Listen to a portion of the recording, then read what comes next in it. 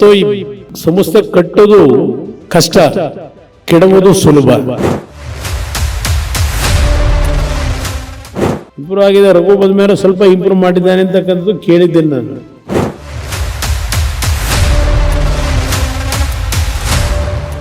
ಸಮಾಜದ ಎಲ್ಲ ಜನರಿಗೆ, ವಿಶೇಷವಾಗಿ ಬಡವರಿಗೆ, ದೀನದಲಿತರಿಗೆ, ಬೆಂಗಳೂರಿನ ಮಧ್ಯಮ ವರ್ಗದವರಿಗೆ ಇವತ್ತು ವೈದ್ಯಕೀಯ ಸೇವೆಯನ್ನು ಕೊಡ್ತಾ ಇದ್ದೀವಿ, ಶಿಕ್ಷಣವನ್ನು ಕೊಡ್ತಾ ಇದ್ದೇವೆ.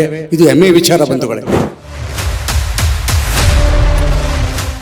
ಏಕೆಂದರೆ ಇವತ್ತು ಈ ಒಂದು ರಾಜ್ಯ ಒಕ್ಕಲಿಗರ ಸಂಘದ ವ್ಯಾಪ್ತಿನಲ್ಲಿ ಇವತ್ತು 2ನೇ ಮೆಡಿಕಲ್ ಕಾಲೇಜ್ ಆಗಿದೆ ಎಂಬತಕ್ಕಂಥ ಮಾತನ್ನು ಹೇಳಲಿಕ್ಕೆ ಬಯಸ್ತಾ ಇದ್ದೇನೆ.